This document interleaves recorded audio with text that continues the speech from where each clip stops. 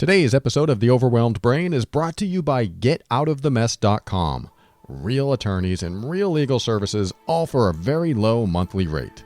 Are you annoyed by affirmations? Are you even more annoyed when someone tries to tell you to think positively? There's nothing to be upset about. Just close your eyes and pretend there's not a crisis happening right now. It's that easy. Okay, thanks, Peter. I'll just keep... Hey, get out of your car. What are you doing? Give me your damn car. Somebody's trying to carjack me. Just tell the thug that you're thinking positively, so he better watch out. Your friend told you to think positively? You keep doing that, pal. Thanks for the car. If affirmations feel like lies and positive thinking feels like a straight path to denial, then get ready to start creating the life you want now.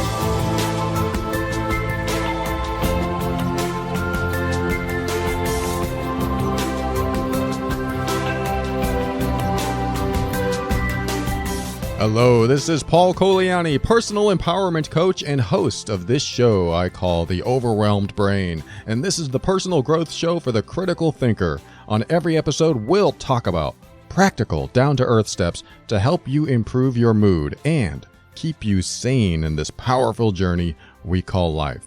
I want to help you bridge the gap between your emotions and reason, causing you to discover why you do the things you do and what you can do to reach higher levels of happiness and lower levels of stress and overwhelm. Everything I talk about on this show should not be mistaken for actual medical advice or treatment and is intended to be for informational and educational purposes only. Always consult a physician before making any changes to your medical treatment. What you will find here is an increase in your emotional intelligence, a strengthening of your self-worth and self-esteem, the motivation to be your authentic self, and the forward momentum to help you learn, heal, grow, and evolve. All right, I was talking to a client recently. We were on a Skype call, and actually, there's a funny side story here I want to tell you really quick. I have a mute button on my equipment. When I do my coaching through Skype, I press mute. I sometimes have to cough or sneeze or hiccup or make other noises, and because some of my clients want to record their sessions, I like to take those out and not include them in the conversation. So I will press the mute button on my audio equipment. Well, my last session, I did something like this. I was clearing my throat. I went, and it was louder than that. And my client stopped, and he goes, wow. I was like, did you just hear that? And he said, yeah, you sounded like a cow. And I was like, I hit mute. I wasn't supposed to come through. Oh no, have I been hitting mute all this time and it's not been working? Well, come to find out that it was actually muting my webcam mic, which I don't normally use. I normally use a studio mic for any Skype calls that I do. So that's neither here nor there. I just wanted to share something a little embarrassing. I'm fully transparent on this show. Actually, it was more than a little embarrassing. It was very embarrassing. Because this is something that we do when no one's watching or no one can hear us, and I'm used to pressing mute, so I didn't think anyone could hear. I didn't think he could hear that, and he did. So now I had to fess up. So I fessed up. We both laughed about it. He goes, "You don't have to be embarrassed about that. I mean, of all things to be embarrassed about." I was like, "I know, but I just thought you couldn't hear anything I was doing, so."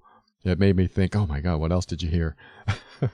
But it was funny and we had a good time. So my point with this story wasn't about that. It was about something that we talked about. And it had to do, we talked about a lot of things, but it had to do something that happened in his life when he was younger. And it gave me the idea of something, and I don't know if this is a term or not, and I'm just going to make up some terms. They may exist, they may not. Something that I called a spiritual correlation. And you could look at it as a philosophical correlation as well, but it's in the context of our session, I called it a spiritual correlation.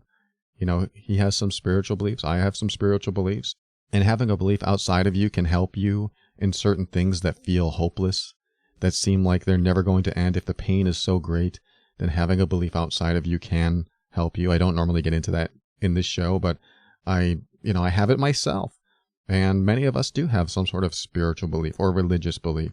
And that's great, because sometimes we hope something's going to happen and we just don't believe it's possible. So we seek guidance, we seek motivation, we seek things outside ourselves just in case it's true. And of course, you may believe it's absolutely true. Some people will say there is absolutely a God and this is why. Or there is karma and this is why. And that's great. I am all about doing what serves you and believing what serves you. So when you are on your path, on your personal evolution, personal journey, and spiritual beliefs are on that path as well, great. Utilize them to the full effect. And don't listen to anyone, because spiritual and religious beliefs are yours and yours to keep and yours to keep you going. So when it works, keep utilizing those beliefs. And when they don't work, you may have to come up with new beliefs.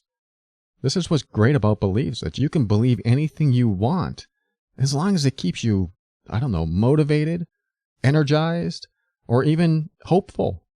Hope can be a wonderful thing, and it can also be a damaging thing in some ways, which I've talked about in some shows, where hope keeps you stagnant. Like, I hope I win $10 million so I never have to work again. So I'm just going to buy my lottery tickets every week and stay at home and do nothing to invest in my future, hoping that I win millions so I can retire. I don't think that's a smart thing to do. It's possible. It could be true. The chances are slim, but it is possible. But relying on that kind of hope keeps you stagnant. It keeps you in your place. It keeps you the same. And if it never happens, you don't typically go anywhere. And then you look back and you go, geez, I was hoping for all of those years and it never happened. I should have done something else, or I should have done something in addition to hoping. And that is good. If you have some other thing that you can do while you're hoping. For example, maybe someday I'll appear on, I was going to say Oprah, but maybe Ellen. I don't think Oprah's on the air anymore. So maybe I'll appear on the Ellen show. That would be a nice thing, but I'm not going to sit back and hope it happens. I'm just going to keep showing up in the world. I'm going to keep showing up on the air. I'm going to keep showing up online and doing what I do. Sure, it would be nice, but I'm not going to wait for it to happen. I'm going to keep pushing forward as if it will never happen. And that's a good place to stick hope.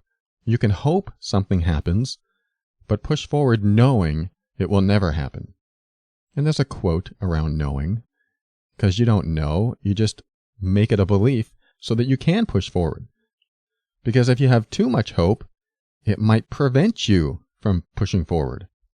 Pushing forward is full acceptance that what you hope for won't ever come to exist.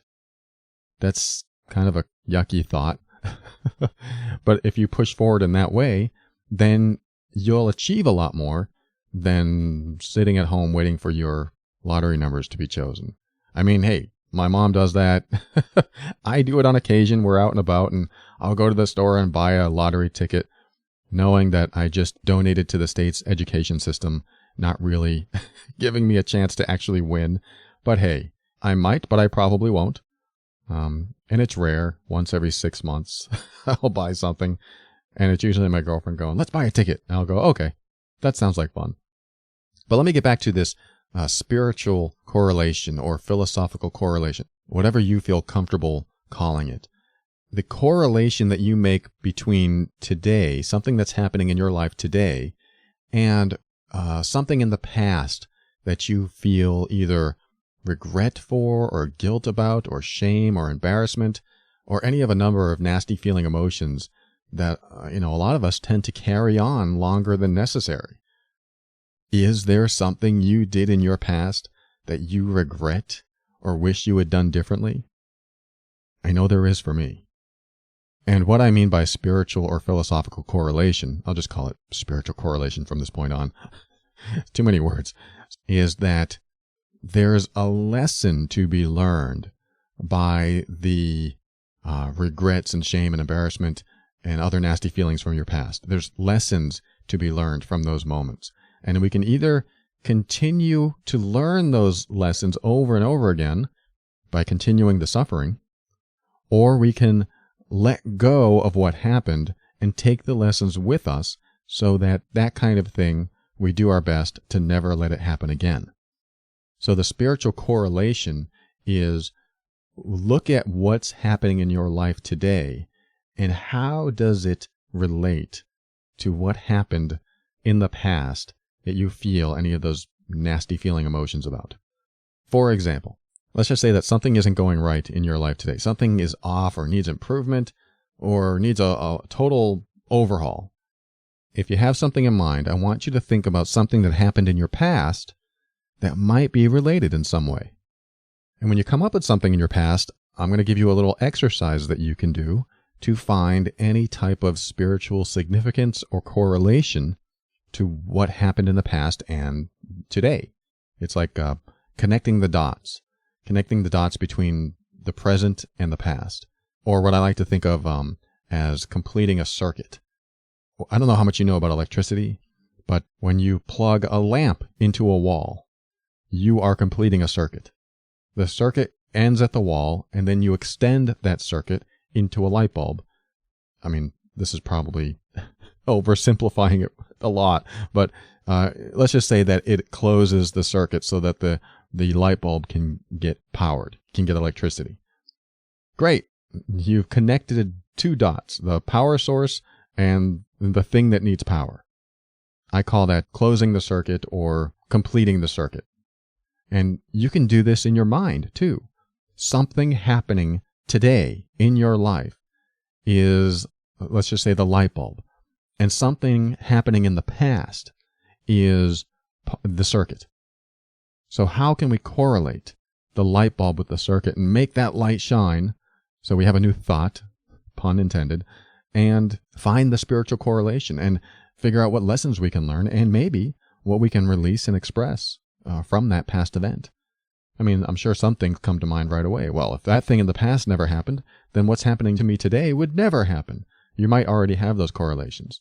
So we're going to have a little exercise right now that will help you get through something in the past, and especially something that deals with, like I said, regret, guilt, shame, embarrassment, and other nasty feeling emotions.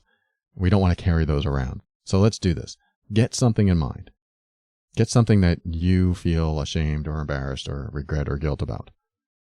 And when you have it in mind, if you don't, just pause and when you're ready, come on back. But when you have it in mind, what I want you to do is the following. First, just come up with a memory. Remember what happened. It may not be pleasant, especially if you're carrying any of those unwanted emotions, but just remember what happened. Great. You have a memory of it, and now what? What do I do with it? So here we go. We're going to use some visualization. You can probably come up with this, even if you're not an adept visualizer. What I want you to do is create a record keeper in your mind. For example, mine would be sort of like, I don't know if you've ever seen those 50s and 60s television shows that are in black and white, and there's a secretary on a dictation machine, and she's taking notes. And this record keeper is going to take notes for you. And he or she or it is going to just note the facts. That's all this record keeper does, is just record the facts. And it's going to be the facts about this memory. And this will make sense in a minute. So once you create this record keeper, I already told you what mine looks like. It's like a secretary and very conservatively dressed, taking notes for the boss on a TV show. Whatever yours is, remember, he or she or it is going to only record facts, not emotions. So if you do feel emotions come up while you're remembering this event in your life, that's all right. We're doing this process to allow access to a place that contains a lot of emotional energy. So there might be emotions repressed in that memory that need to be released. So accessing them is a good first step. So just allow them to come if they come. And if you feel emotional, remember, you've got your record keeper there, and they're going to take notes here, but we may have to go through some pain or hurt or regret or other things that might come up. But don't worry about it. They're going to pass shortly, and I'm not going to leave you in this space. So now, thinking about this event in your past, I want you to tell the record keeper to record what needs to be learned here. Again, you're not asking them about the emotions, and you don't want them to judge what's going on. All they're doing is looking for the facts. For example, I think about a time in my past where I purposefully made it look like my little brother broke one of our father's rare glass figurines. He had alcohol. It was like a little, they call them like alcohol nips, I think. They're like mini bottles of alcohol, but some of them are rare. Some of them are unique. Like this one was shaped like a glass penguin. It was really cool. I think it had a green liquid in it. And I don't even know if you could open it. I think it was just filled with some sort of green liquid, but it was part of his, quote, nip collection.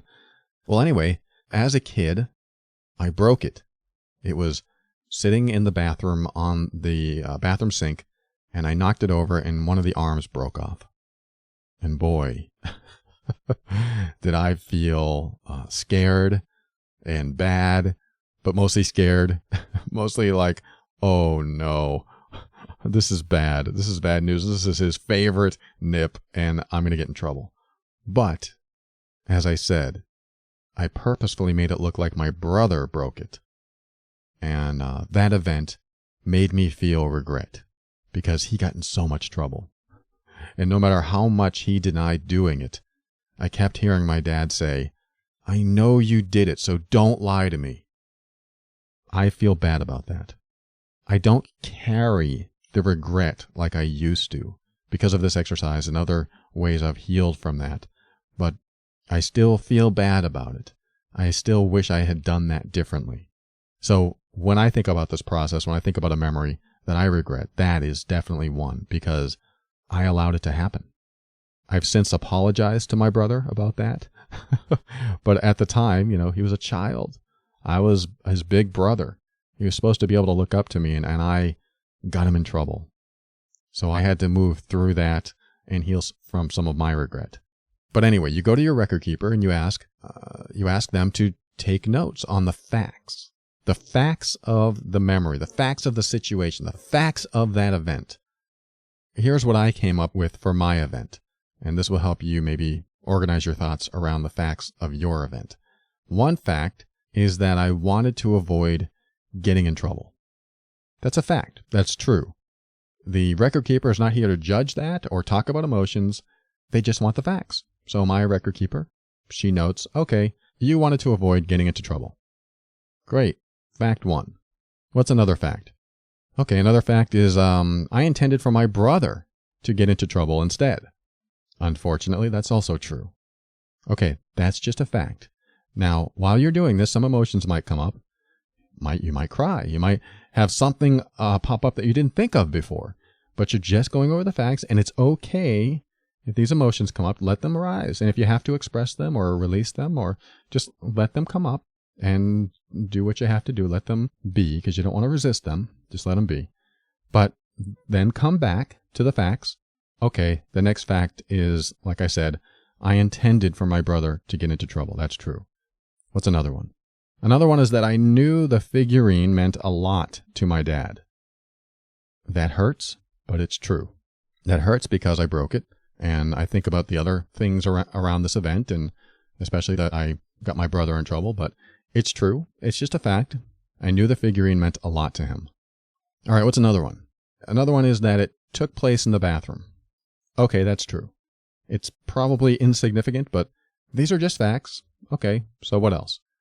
I pulled up a chair to the sink and left it there so that our father would find it and make the assumption that I was trying to make him have. Ouch. There's a big fact. It's premeditated, and wow. So, but it's just a fact. Like I said, today I don't have too many emotions regarding this event because I did some healing and some apologizing over it. Today it's just a fact. But what we're looking for in one of your events is if you are still affected by it today. Okay, so let's just say that I am affected by that today. I pulled up a chair and left it next to the sink so that our father would find it and make the assumption. There's a fact. The next one is I didn't speak up and tell the truth when my brother was getting yelled at. True. My father was very upset. That's true. And then my record keeper asked, can you think of anything else? And I go, okay. It was daytime. Okay, that's mundane. It may or may not mean anything, but what else? I left the door open. Okay, and I could go on with a billion facts, but I think I got the major ones. Just the ones about the actual incident that led to my feelings about it. I think I got all those major facts laid out. So the next step in this process, in your mind, is to bring in someone wise, someone you trust. Could be a real person, could be a fictional character, could be an animal, whatever you imagine to be wise, like a wise owl or somebody or something. Remember, this is your imagination. You can make it anything you want. You just want to be able to communicate with whomever you bring in. So this person, we'll call him, her, or it your guide, will be the one that looks at all the facts that you just, had your record keeper write down, or you wrote down yourself as you went through this process. And this wise person is going to ask you questions. Wise people, they ask questions. Yeah, they also give answers, but they also ask questions to help you get to an answer that will benefit you in some way. So the first question that this guide is going to ask you is, can you get beyond the suffering of this event? Now think about that. Can you get beyond the suffering of that event? Can you do it? You may answer yes, you may answer no, you may answer, I want to try, or maybe, or I don't know. But whatever it is, I just want to have that guide plant that seed, that question. Because what comes up for you when you answer that. And it doesn't really matter what the answer is. We're just throwing it out there. But let's just say that the answer is anything but yes. So this is where your guide will ask you questions based on the facts. For example, in my case, fact number 1 is that I wanted to avoid getting into trouble. My guide's question is, do you still do that type of behavior today? Which behavior is that? Well, do I avoid getting into trouble today? And my answer is no, because if I do something that I know that I caused, if I do something that I know will hurt someone else, I'm going to fess up. I'm going to admit it.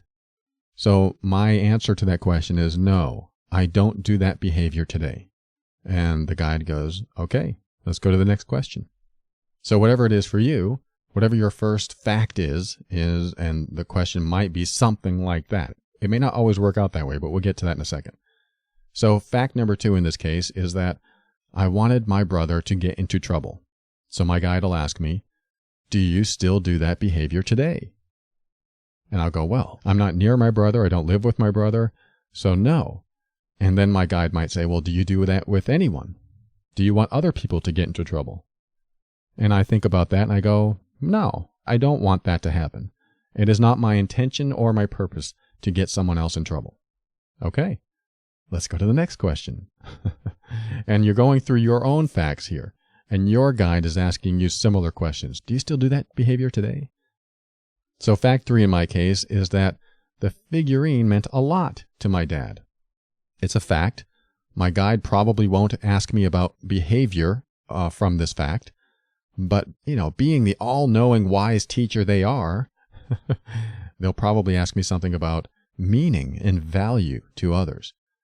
Does that make sense? Like, the figurine meant a lot to my dad. So I can picture my guide asking, well, do you honor the valuables of others? And I'll go, ooh. When I think about that question, something does come up for me. I think about my girlfriend. When I moved into her place a couple years ago, she told me about her dishes. And she said, be very careful with those dishes. Make sure they're not touching in the dishwasher, and make sure you don't break any of them. I mean, she didn't sound that assertive, but she was like, just make sure you don't break anything. And I was like, oh, of course. I mean, my intention's not to break anything. So I would use her plates and her dishes and wash them and put them away. And if she heard them clink against one another really loud, she would look at me and she would say, don't break those. Don't chip them. And I was like, wow, she's really sensitive about these dishes. And I'm thinking to myself, I'm just going to buy her another one. If I break it, I'll buy her another one. But what that did is take me out of valuing what those dishes meant to her, because I thought she was being overly sensitive, or, wherever I went with that. But when I took myself out of honoring what she found valuable to her, when I took myself out of it, I became insensitive. So when I think about what my guide asked me, do you honor the valuables of others? My first answer is, of course I do. But then I think about what's happening in my life today, handling her dishes, and I ask myself, well, could I treat those with more care? Could I treat those as if those were the only ones ever made? And my answer is yes, I could. I could treat them with more care. Does that mean I feel like I'm living in fear and walking on eggshells around her? No, I just really care about her caring about those dishes and plates. So I will treat them with more care. Now, if she did that with every single thing that she bought, it might be a little different. And I'd be like, hey, you know what? I feel like I'm walking on eggshells around here. But she really cares about these plates. And there's a good reason why. Because I found out later, that's one gift that she bought for herself when she finally got out of an abusive relationship. It was a gift to herself. And suddenly those plates had more meaning to me as well. And I was like, wow. It wasn't some crazy, overly sensitive thing about material items. This meant a lot to her. So this helped me correlate a spiritual significance, something in the present to something in the past. Now, it might have been her past correlating it for her. And that can happen during this process because you start to feel empathy for someone else, or sympathy, or some sort of relative feeling for someone else as you go through it yourself. It can happen. My focus on this process is for you, so that when your guide, or yourself, if you don't want to call it your guide, you're just asking yourself questions, doesn't matter. When you get questions like, are you still doing this behavior? Do you honor people because you didn't honor someone back then? Those kinds of questions, good to know. It's good to find this stuff out about yourself. You may or may not have a problem today, but you get the idea of where this can lead. So let me get back to these questions and see if I can finish this process up here. Fact number 4 in my example is that it took place in the bathroom. So my guide might ask me if the bathroom has any significance or meaning. He or she might ask if bathrooms in general are a trigger for me.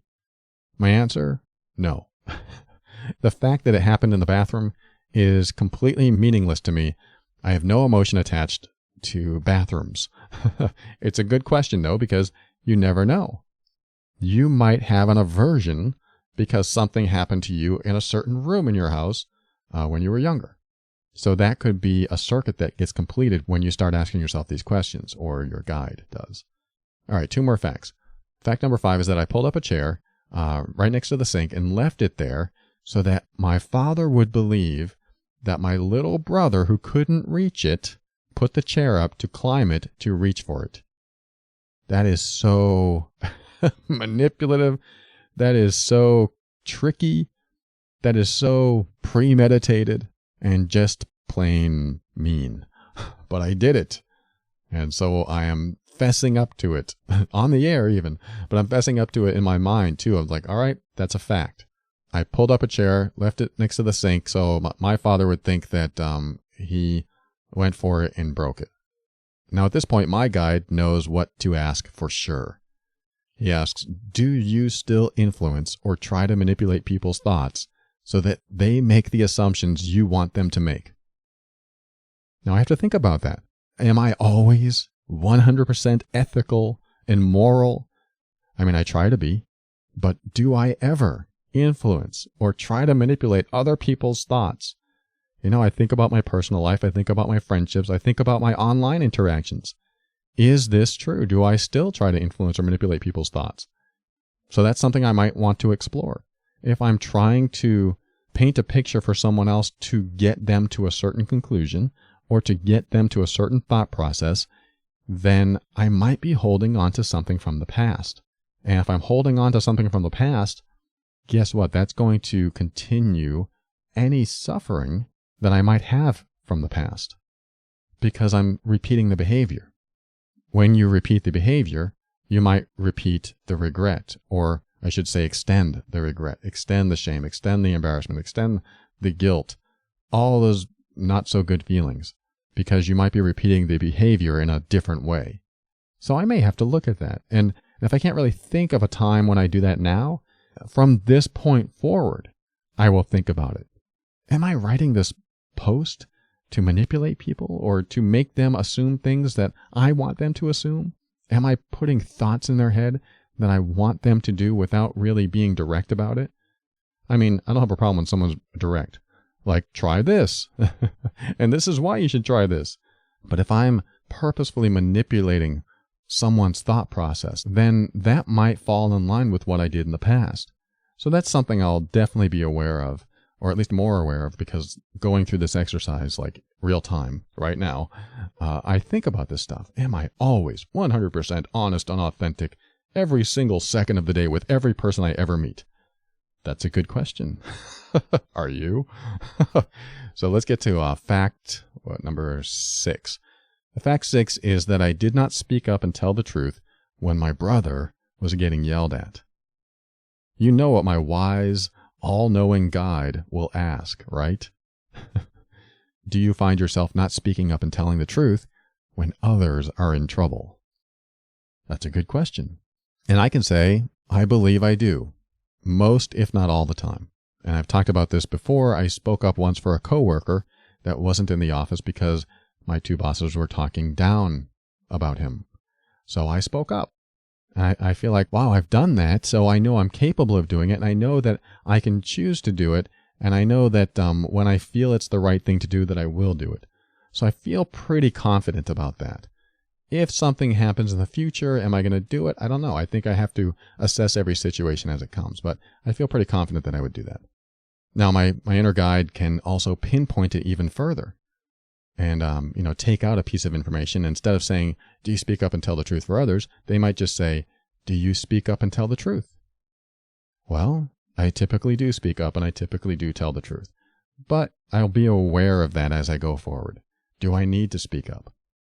But in this exercise, what I want you to do is keep your questions to yourself, or your guide's questions to you, really focused on the event and the exact facts about that event, so that any lessons that you can learn from that event won't get muddled into generalizations. Like you're just generalizing. Do you always tell the truth? I would rather have you not generalize and just say, do you tell the truth for others, or whatever it is for you? For me, it was, I didn't tell the truth for my brother. Do you tell the truth for your brother? Well, that's very specific, but I can generalize it a little bit. Do you tell the truth for others? Do you tell the truth for family? I can just apply it as close as I can to relate to that event. You'll end up generalizing a lot of things anyway, and that's okay. Generalizing to do good things and do good behavior in life is a good thing. So it's not a problem if that happens, and if that's where you need to go with it, great, no problem. So where am I going with all this? The whole point of this process is garnering the lessons from the event in your life. And sometimes it's hard to learn the lessons because you're so embroiled in the emotions from the event. And it can be a huge challenge to step out of those emotions and into some sort of data gathering process, which is what we did here. So sometimes we need to call in a guide or some help. Like I had a record keeper and a guide. It's silly. I mean, I think it's a little silly, but it's an exercise to give you some resources because you may not be able to do this just by thinking about the event all by yourself, all with your own brain. Even though the whole thing's taking place in your brain, having a perspective come in that is a record keeper that gathers the facts and is someone with wisdom, or even someone else that you can bring in that can be there to support you and comfort you while you go through this process. It's your mind, so you can bring in any resource you want. And then you get to a place that once you garner the lessons, you typically learn what you needed to learn at that time in your life. The spiritual correlation between what happened then and what's happening in your life today, those two points connect and complete a circuit, and many times neutralize some of the stuff that you don't want happening in your life today. It's hard to explain. The best way to go through this is just to go through it and find out how it works for you and find out what happens for you. Because you might learn that the way you used to behave then might be the same way you behave now, but maybe in like little smaller instances. And if that's the case, if your behavior is being repeated today, then that's where some self-growth needs to take place. Because doing those old behaviors may be causing you to hold on to some old repressed emotions. And then when you learn and grow from events like that, you carry into the future the ability to change old behavior, which leads to diminishing negative emotions. And then you can take that ability into the future and choose to use it or not. Because when you learn lessons but don't apply them, and I'll go out on a limb here, it keeps your suffering about the event alive. Now, there's a lot more that a person does to hold on to suffering, but when you still do behavior that led you down a bad path before, you may have trouble letting go of the pain, the shame, the guilt, the regret, or whatever else you're carrying with you. Yes, there are things that you've done in your past that you may never be able to repair. But what do you do today that isn't what you did then? And what can you do differently that isn't what you did then? These are kind of tricky, deep questions, but that's what makes the difference going forward and helps you dissolve the suffering. And you can connect these 2 points, the past and the present, and make some sort of spiritual or philosophical correlation. Then you might complete the circuit and dissolve or diminish the negative emotions about the event and other things. Because sometimes when you diminish negative emotions about one event, it can diminish the negative emotions about other events that were related. Like if you were angry or you felt shame, it can diminish shame and anger from other events in your life too, just by doing it with one event. It gets technical, but I hope you were able to follow along. I mean, this whole process is to help you get beyond some things that might be going on in your life today. So I hope it works for you. If you go through it and you have some success, let me know. But just remember, when you're going through it, just get the facts and ask the non-judgmental questions about behavior and other things that come to mind, but just fact-based, because you're collecting data.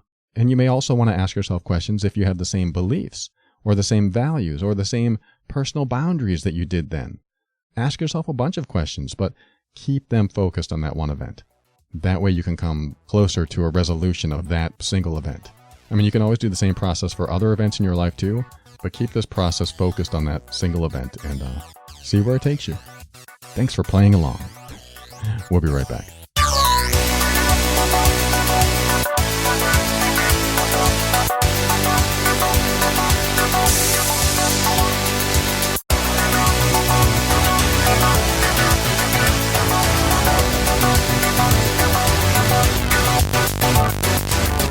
Welcome back. Today's episode is brought to you by GetOutOfTheMess.com. If you don't know what that is, you probably haven't heard too many episodes of this show because for a while there, Asha would come on the air. She's a representative for Legal Shield, and you can go through her to get legal representation or legal help, all for a low monthly fee.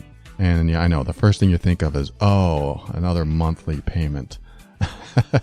And I totally get that, but you got to think about what you're getting for this monthly payment. If you have ever hired an attorney, you know that it can be quite an enormous bill just for 1 hour at maybe $250, for example, for 1 hour.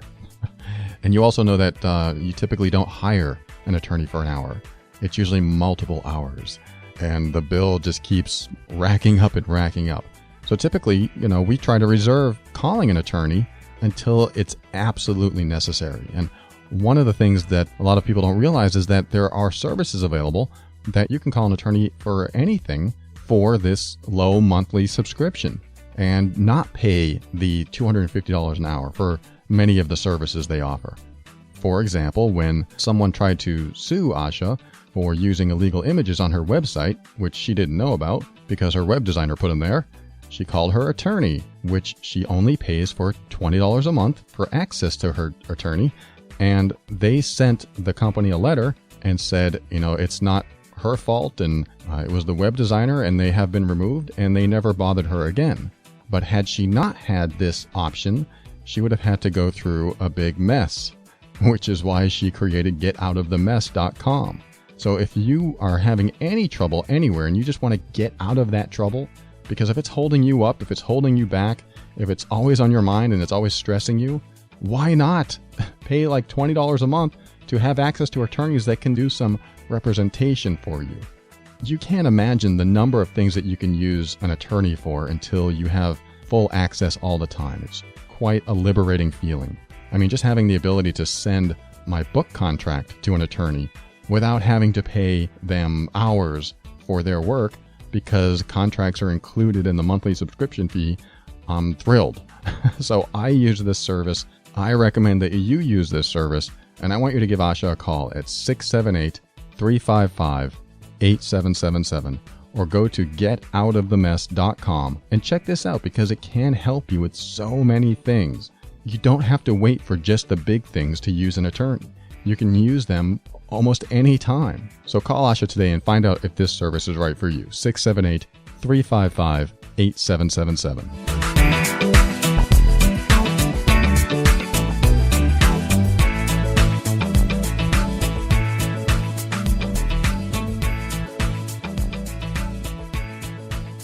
All right, this segment's called Ask Paul. This is where I read a listener email on the air and do my best to help them through a challenge or two. And some of these emails that I read, I will read in the patron program and answer them there, and just send the person who wrote it a direct link to the episode so that they have the answer and the patron members have the answer too, because I just can't fill this show with all the emails that I get regarding all the subjects. So if you're interested in hearing the messages that I don't read on the air, or you want to hear the other private episodes or get some private worksheets, go to patron.theoverwhelmedbrain.com and you can hear those. But let's get to this message from someone I will call Jill. Jill writes, "Thank you for reading my email." That's a great start, Jill. Thank you. She says, "I love your commitment to being so responsive to those who reach out to you for help." And now I have to acquiesce and say, 3 months isn't that responsive. But here I am. I'm reading your message, Jill. I stumbled upon your podcast about 6 months ago, and it has truly helped me deal with my anxiety and self-worth issues. So here is my current issue. I come from a family where addiction runs very strong. My mother is a severe alcoholic and prescription drug user. My father was on hard drugs and drank when I was younger, but has been sober since early 2000. I am the oldest child, and I have had some issues with alcohol that has led me to abstaining most of the time. However, I do have the occasional glass of champagne at celebrations. My brother has never touched drugs or alcohol and has not had any issues. Another one of my brothers is going down a path of destruction and has multiple DUIs and is currently addicted to heroin. My other brother and mother live at home with my father, who is sober, and it is clear that they take advantage of him. My father makes decent money, but neither my brother or mother create any source of income. It's a very volatile situation, and when I speak to my father, he is very unhappy, but is afraid to leave because it is obvious neither my mom or brother can survive without him. When he brings it up to me, I tell him he needs to do the right thing for him, and no one will blame him for leaving the situation. But I also understand how guilty he'll feel. He grew up with an alcoholic mother, and I think it is what he is comfortable with, and he has also become a textbook enabler. I want to help him leave the situation and be happy, but I'm also terrified what will happen to my mom and brother. At what point do you stop being responsible for your family members? At what point is it okay to walk away and let someone else hit rock bottom? I've since moved 2 states away and rarely communicate with my brothers or mom, but I talk to my dad regularly and I can tell how helpless he feels. I remember feeling that way when I lived at home, and it took me years to heal. I still feel guilty sometimes for walking away, but I don't think there was anything I could do to help them. Since I've left home, I've spent a lot of time working on myself through therapy, reading books, podcasts, and just taking care of myself. I have a pretty happy and fulfilled life, and I want my dad to have that too. Thanks for listening. Thank you, Jill. Thank you for sharing that very personal stuff and those challenges. And, you described a lot of my upbringing. Unfortunately, that is the case when you have alcohol and drugs in the mix of family. You're going to have family members that go straight sober and don't want anything to do with alcohol and drugs. That was kind of my path. And then you're going to have family members that go all the way. They want to medicate and not deal with their emotions, so they put drugs or alcohol in their system, and that's what they use to medicate and to repress those emotions. I have 2 or 3 family members like that, at least 3, at least 3 family members like that. And then you have the middle of the road ones that take some drugs. And I mean, that's a very common theme amongst families that have some sort of person in authority, some person in a lead role that people have to listen to. They're also the person that does the drugs, does the alcohol, and then it just kind of bleeds down from there. And, drugs and alcohol are one of those things that they can be used recreationally, and people have no problems with them. And then they can be abused. And when they're abused, dysfunction usually occurs. I mean, dysfunction can occur no matter what, with or without drugs. But typically when drugs and alcohol are abused, you find sometimes major dysfunction. And what do you do with that? Well, what you did was get out. And that's smart. You get out of the situation, because sometimes the entire family runs on the dynamic and centerpiece of the biggest addict or the biggest abuser or biggest influencer. So everyone acts in relation to how the biggest influencer acts. And that means everyone else is reacting. So sometimes to get out of that, you have to get out of that. That's what I did when I actually left home probably a couple years later than most. I left home when I was 20. But since then, I've only been back once to live anywhere near my family. And it's not because I don't love my family. It's because I wanted to get out of a dysfunctional household and live my own life. But certainly one of the motivations to leave that place was a particular family member. It wasn't the only motivation, but I used that as sort of the impetus for me to get off my butt and do something with my life. So that's what I did. But then after I learned about my own dysfunctions and my own unhelpful beliefs about the world and about people and about myself, I started to realize, when I was in that situation, I didn't realize my stepfather was so influential in all the decisions I made for my life and all the decisions that almost every member of my family made for their lives too. And you know what? The crap just rolled downhill from my stepfather to my mom, to the kids, to me, and probably even to the grandkids. Hopefully it doesn't, and hopefully all my siblings who are parents now can protect their children from the negative influence that we went through. But, dysfunction is somewhat passed down sometimes and just creates a new dynamic for the entire family. So anyway, let's get to your question. I totally get where you're coming from. And one of your questions is this: at what point do you stop being responsible for your family members? Well, here's what you do. The day the question comes in your mind, at what point do I stop being responsible for my family members? The day that question comes to mind is the day you do it. It's as simple as that. I mean, specifically, you are not responsible for your family members. In fact, if you take responsibility, you'll become an enabler, just like you said your dad was. The enabler cleans up after people's messes, tries to fix their life. It's all noble, and it comes from a place of probably being overly compassionate, like trying to help the other person because you love them. You can still love people, and by loving them, sometimes you have to let them be dysfunctional. And by letting them be dysfunctional, they learn on their own, in their own time, when they need to do something about their life. And the hardest part to accept is that some people may never learn. That's very hard, especially for me, who loves to help everyone I meet, but can't. It's true. I can't help every person I meet because some people don't want it. Some people aren't ready for it. Some people maybe don't trust me. It doesn't happen often, but it does happen because they're in a space that they don't want to meet me at. They don't want to meet me in my world. They want me to meet them in their world. And that's true for almost everyone, really. Meet me where I am. So when you talk to your father, you meet him where he is, and he's like, I don't like where I am. Okay, so you meet him there. And Dad, do you want to change? Yes, I want to change. Okay. Are you going to change? No, I'm not ready. Okay. If you're not ready, then I'm with you. I'll be here when you are. You're meeting them where they are, and you're also giving them the space to make their own decision, because that's self-empowering. That's a gift. When you give someone the space to make their own decision, that's the gift of empowerment that you can give to your father. That gift is the best gift you can give to someone, even when you think their life is going in a downward spiral. Because have you ever tried to help someone that wasn't ready for it, or didn't want it, or listened but didn't make any changes, and they stayed the way they are?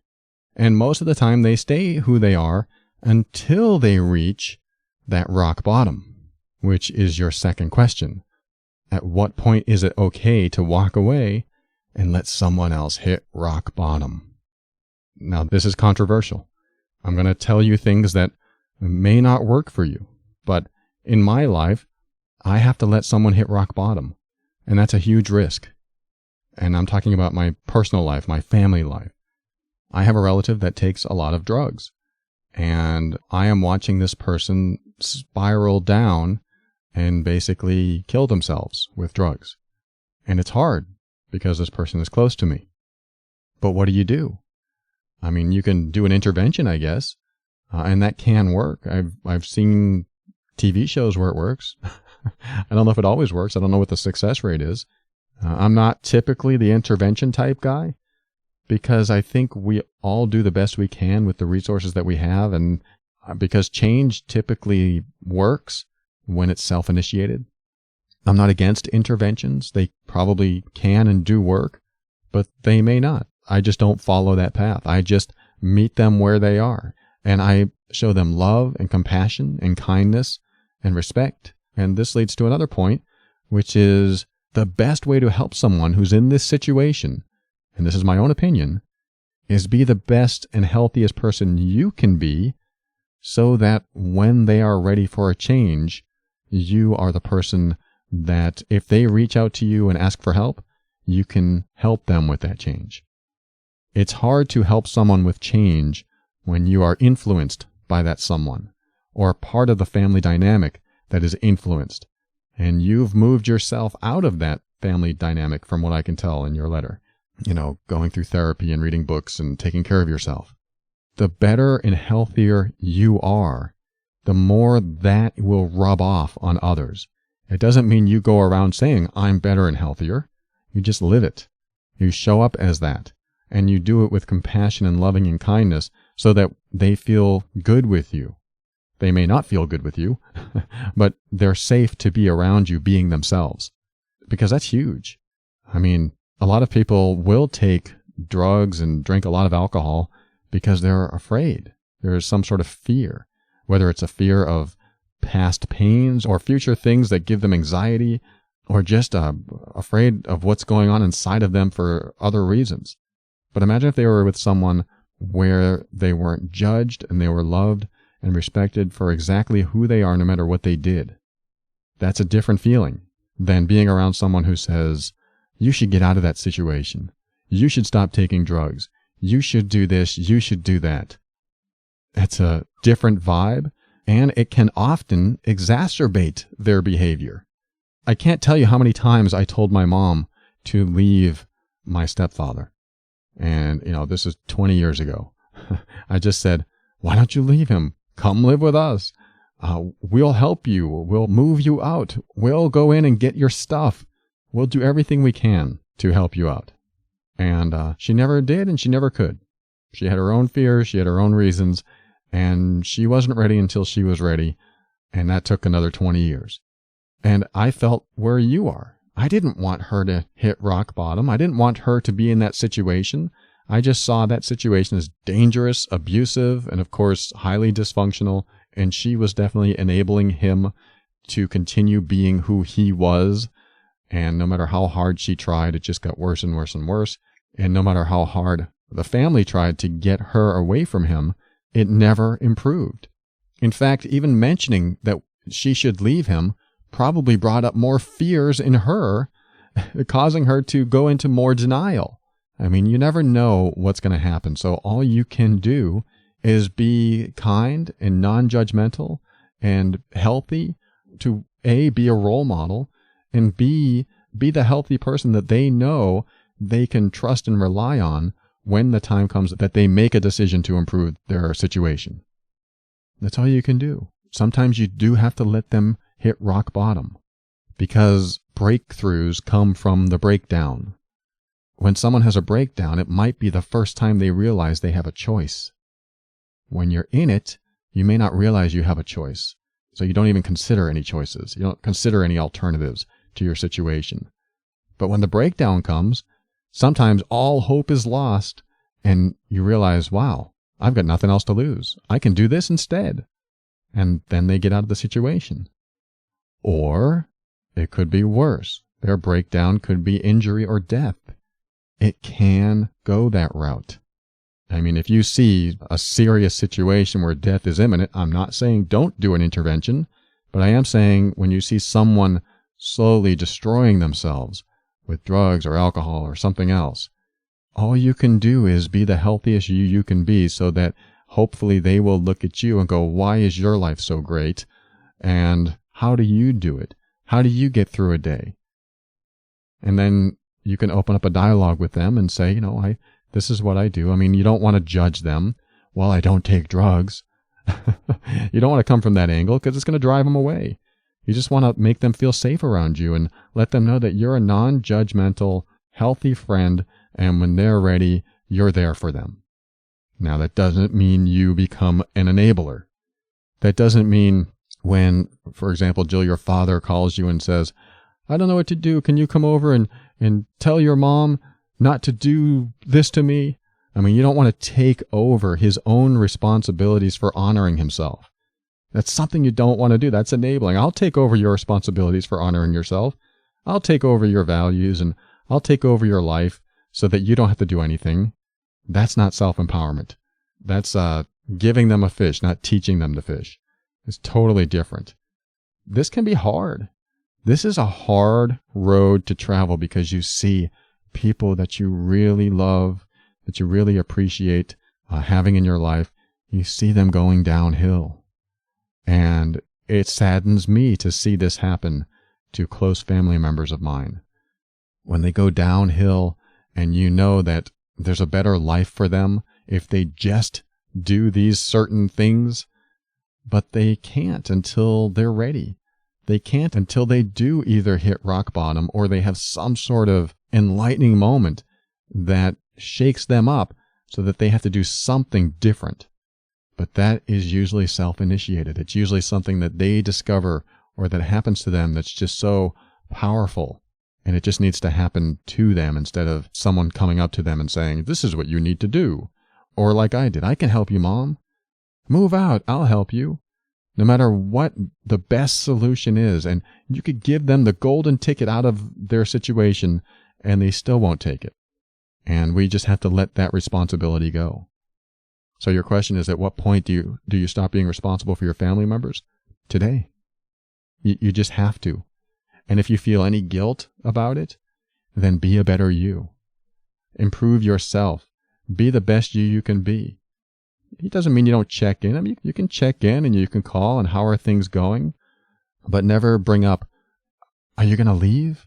Don't bring up the stuff that they're not deciding for themselves yet, because they're going to bring it up. I'm ready to leave. When your father says, I'm ready to leave, what do I need to do? Do you have any idea?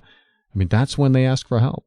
I mean, when they ask for help, absolutely step in full force, 100%. I'm there.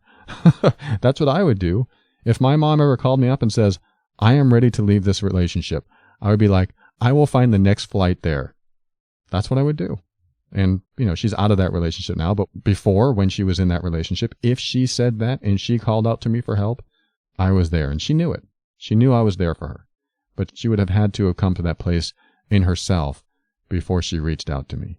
Fortunately, he left her, and it all is still working itself out, but it's a lot better than it used to be because he's no longer living there, so that's good. As for your situation, Just keep being a better you. Just keep showing up as yourself. Try not to judge. Try not to control. Try not to be someone else's mentor unless they want you to be.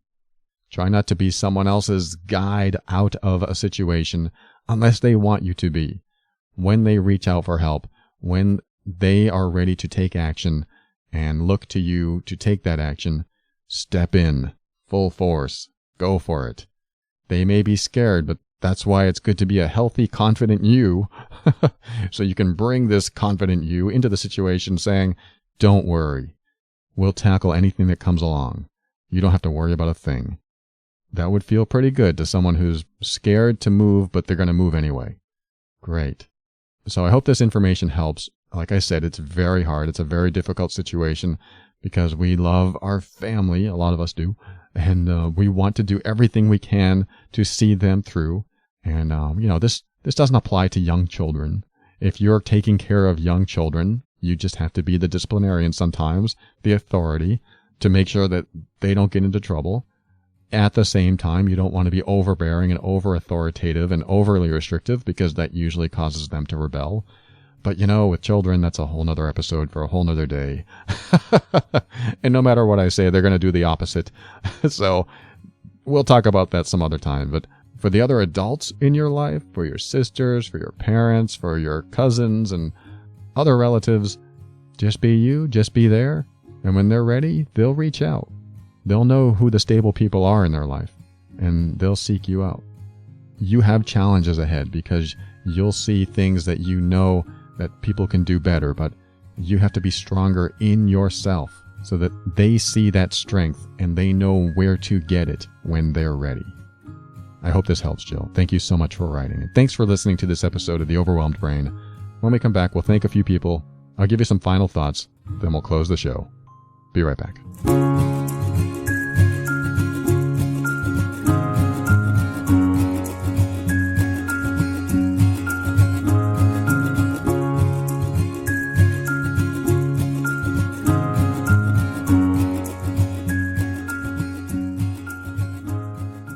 Thank you for listening to another episode of The Overwhelmed Brain. I want to thank Asha with GetOutOfTheMess.com.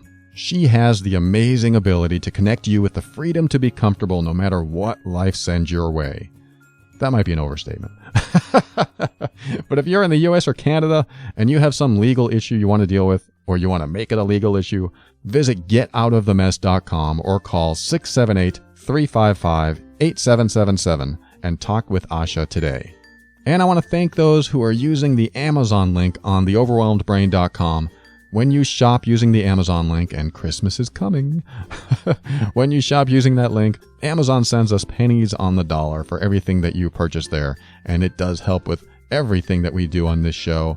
And in fact, while you're using the Amazon link, why not pick up a book called The Overwhelmed Brain? This is a physical book that you can hold in your hand. It is the A to Z of empowerment. So I encourage you, if it's not for you, if you're already empowered, pick it up anyway or give it as a gift to someone in your life that you think could use it.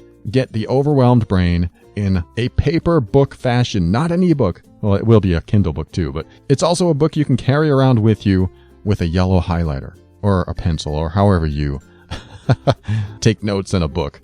You can find it at Amazon or BarnesandNoble.com or just go to my website, theoverwhelmedbrain.com, and you'll find it there too. And I want to thank the people who left reviews in iTunes. I just read a couple more, and they are glowing. They are so kind, and I feel so honored when I read those. And I haven't seen any scathing reviews lately, but if they come, I promise to read them on the air. But so far, so good. So thank you for your reviews. And finally, thank you to Kevin MacLeod of Incompetech.com for some of the music transitions in The Overwhelmed Brain. I'd like to close the show talking about getting together with friends and family over the holidays.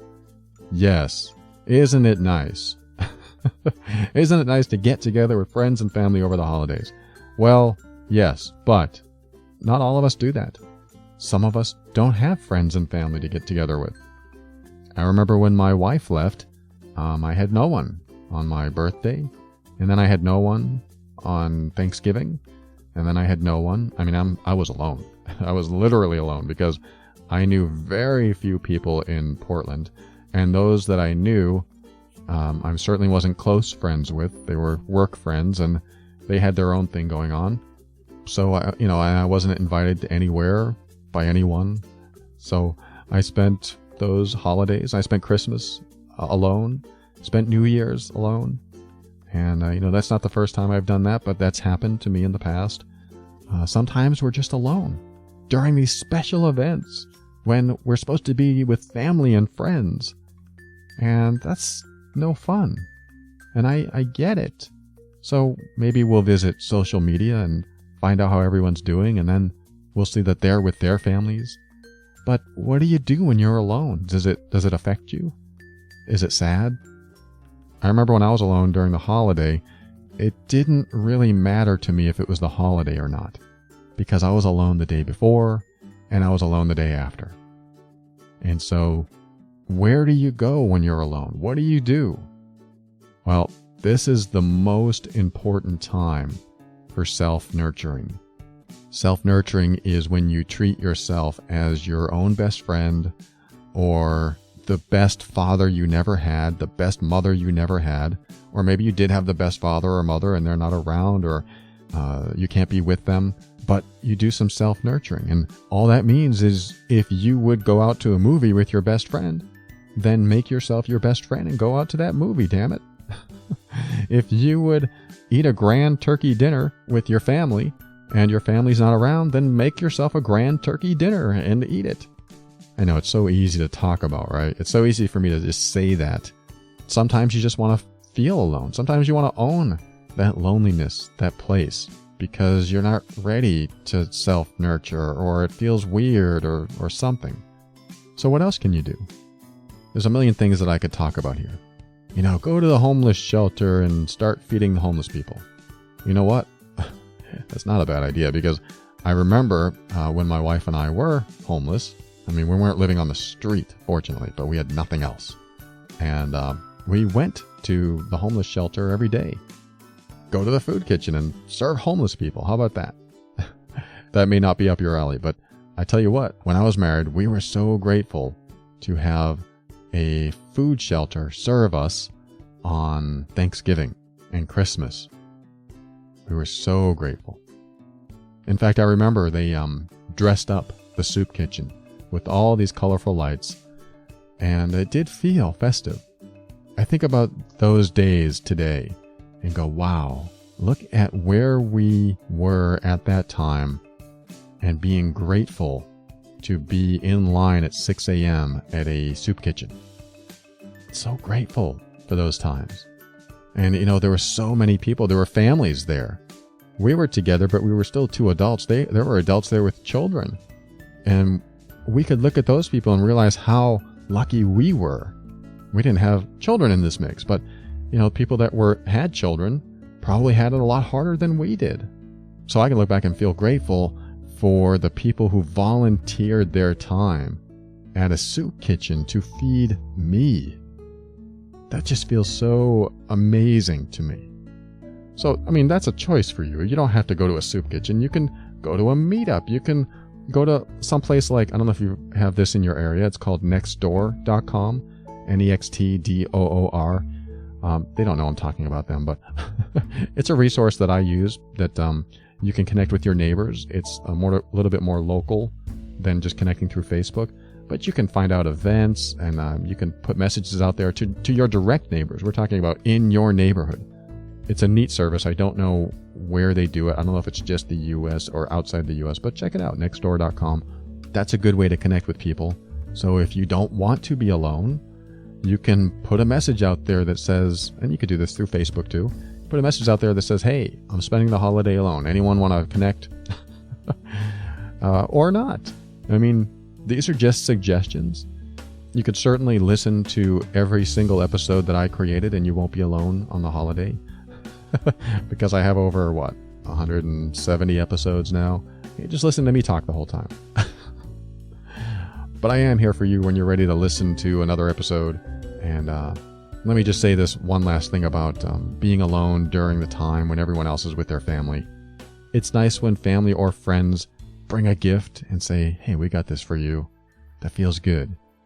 But it also feels good to give. It's also nice to show up, maybe at your neighbor's house, maybe at a coworker's house, and say, hey, I got this gift for you. That's a nice feeling too. If you're alone and you don't want to feel alone, maybe you can do something like that. It's a neat way to connect, and it's a good way to show others that you care, and maybe you'll just find someone who just happens to be alone too, and maybe there'll be some good conversation that goes on from there. I don't know. But I want you to feel good during the festivities and when people are with friends and family, and maybe you're not, or maybe you are, and maybe when you're with friends and family, you feel alone still. How often does that happen when you're with a group of people and you still feel alone? Well, I don't want you to feel alone. Remember that you also have a part of yourself that can nurture you. You also have some of the suggestions that I gave you, and that's the most practical I talk. I never give you like very specific things that you could do, but hey, maybe it'll help. Consider that my intervention. So I want you to take that and open your mind, because with an open mind, you might do some of this stuff, and that'll help you step into your power and be firm in your decisions and actions so that you can create the life you want. Always take steps to grow and evolve. You are powerful beyond measure. And above all, and this is something I absolutely know to be true about you, you are amazing.